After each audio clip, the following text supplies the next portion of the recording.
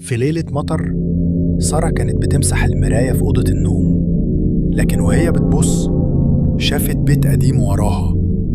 رغم إن وراها الحيطة، البيت كان منور من جوه، وفي ست واقفة في الشباك بتبص عليها.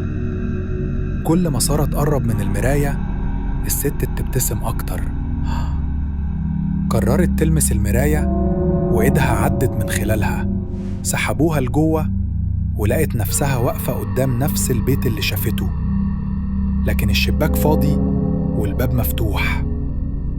دخلت، لقت صورها معلقة على الحيطان، صور من وهي طفلة لحد النهاردة.